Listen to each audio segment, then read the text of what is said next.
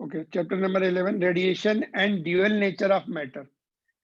In fact, dual nature of radiation and dual nature of matter. Radiation का dual nature हम पढ़ने वाले हैं। अभी तक हम वेव पढ़ रहे थे और इसके बाद जो है today onwards will see light is particle nature also, photon nature, quanta बोलते हैं इसको। और मैटर का भी ड्यूअल नेचर। मैटर जो है it is particle, electrons, protons and bigger particles, is a particles, but they carry the wave along with them when they move, called de Broglie wave, है ना। तो मैटर भी wave nature produce करता है और light wave है तो matter nature produce करती है, वो पार्टिकल नेचर प्रोड्यूस करती है। उनके लाइट के पार्टिकल्स को क्या बोलते हैं? फोटॉन्स। तो ये चैप्टर को हम फोटोइलेक्ट्रिक इफेक्ट भी बोलते हैं। We call it photoelectric effect also.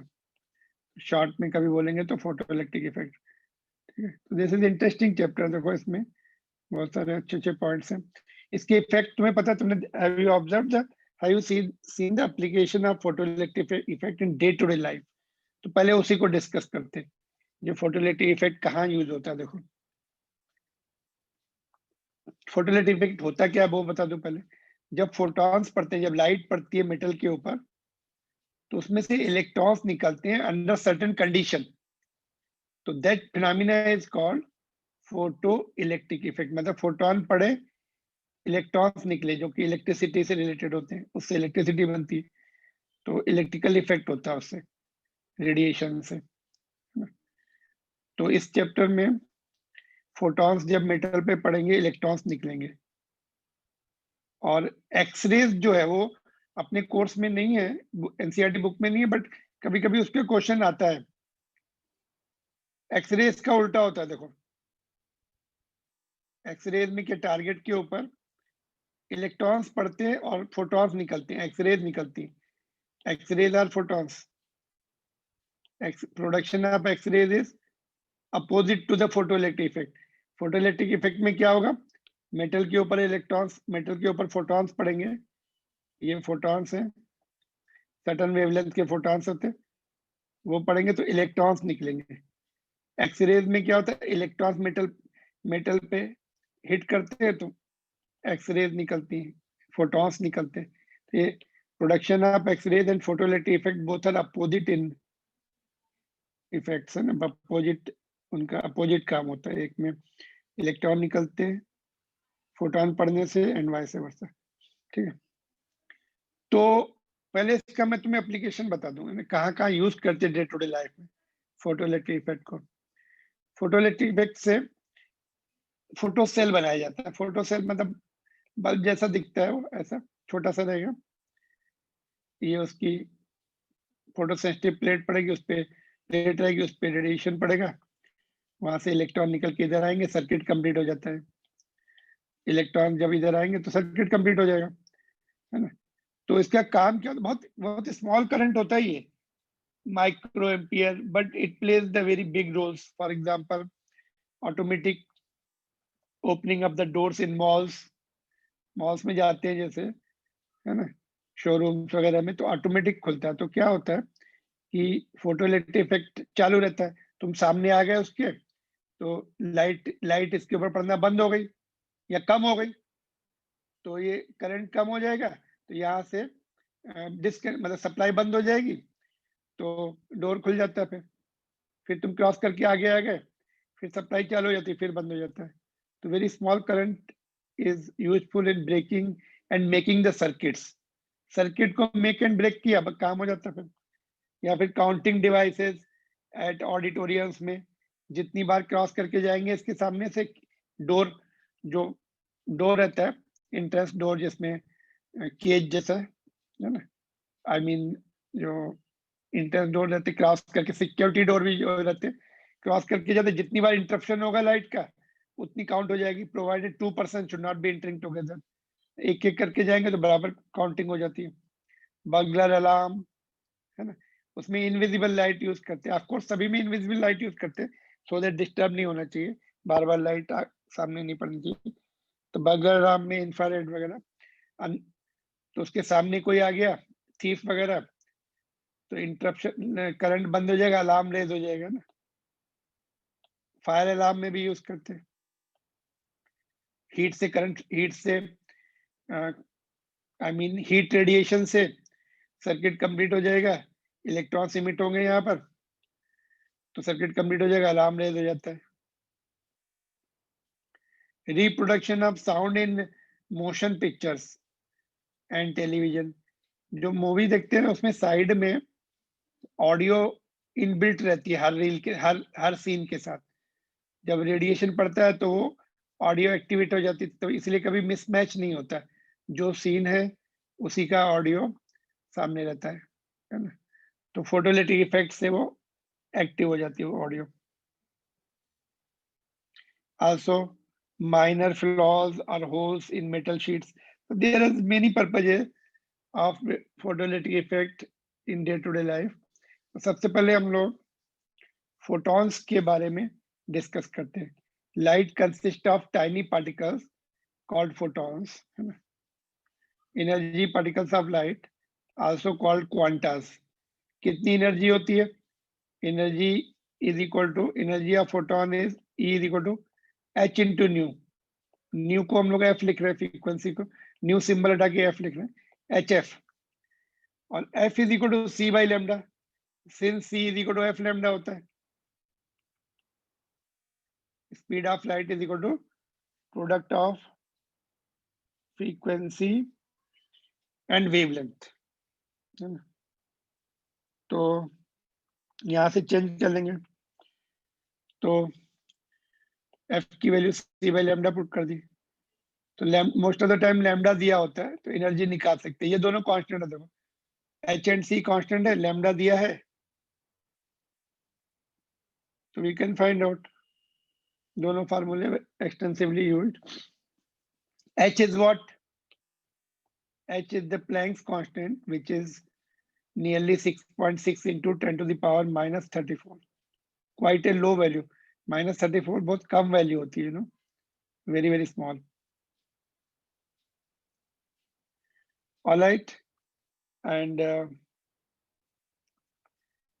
F is the frequency. Lambda is the wavelength of light. C the speed of light, 3 into 10 power 8.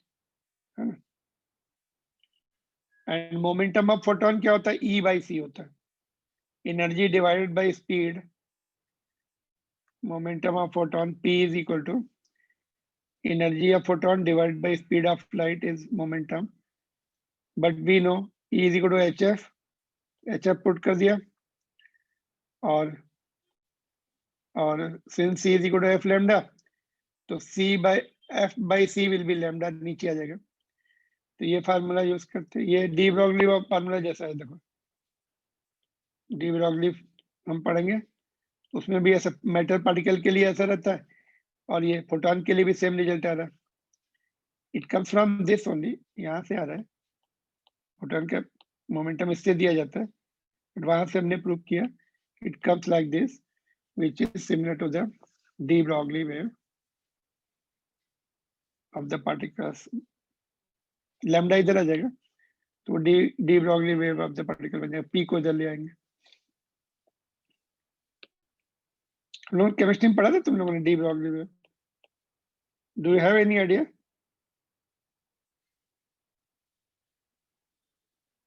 तुम लोगों का पता ही रहता कि तुम सुन रहे हो कि नहीं, कि nobody speaks out except one student, she is not present.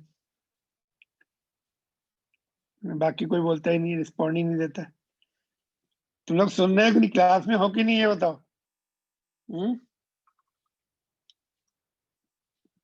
देखो बंद कर दूं? हाँ सर, सुन रहे हैं। ओके ओके, तो ये जो है फोटॉन्स की हमने 2 पॉइंट सीख लिए, एनर्जी एंड कभी कभी इस पे शॉर्ट क्वेश्चन आता है, एनर्जी निकालो एंड तुम्हारा मोमेंटम निकालो। तो अगर हमें एक भी पैरामीटर पता है, लैम्डा पता है ना, एनर्जी भी निकाल सकते हैं, मोमेंटम भी निकाल सकते हैं। यहाँ से देखो एच एंड सी तो कांस्टेंट है,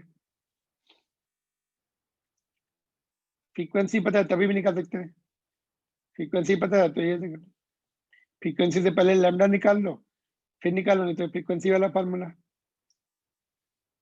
तो फोटोन का एक पैरामीटर पता है, फ्रीक्वेंसी और wavelength, then we can find out energy momentum. यहाँ से भी रिलेशन है देखो दोनों का। तो these are the two important relations about the photon you have to remember from numericals point of view। Short numerical इस पे आते हैं, ठीक है। एच न्यू और H F is the energy of photon. देखो फोटॉन्स के कुछ पॉइंट भी लिख लेते हैं, कभी शॉर्ट नोट आया तो देखो 2 पॉइंट तो यही हो गए फोटोन के, एनर्जी इतनी, मोमेंटम इतना है। और क्या पॉइंट लिख सकते हैं, फोटॉन्स आर इलेक्ट्रिकली न्यूट्रल, उसमें कोई चार्ज नहीं होता फोटॉन्स के ऊपर, न्यूट्रल होते। Rest mass of photon is 0, अगर फोटोन रुक जाता है तो उसका मास 0 हो जाता है। और moving mass is given by m is equal to E by c square, which comes from the Einstein's mass energy relation। E is equal to mc square है, तो c square को नीचे भेज दिया तो मास मिल जाएगा फोटोन का। अगर हमें फोटोन की एनर्जी पता है कितनी एनर्जी है, तो उसको c square से डिवाइड कर देंगे तो मास मिल जाता है फोटोन का। Energy and momentum of photons are conserved. Energy and momentum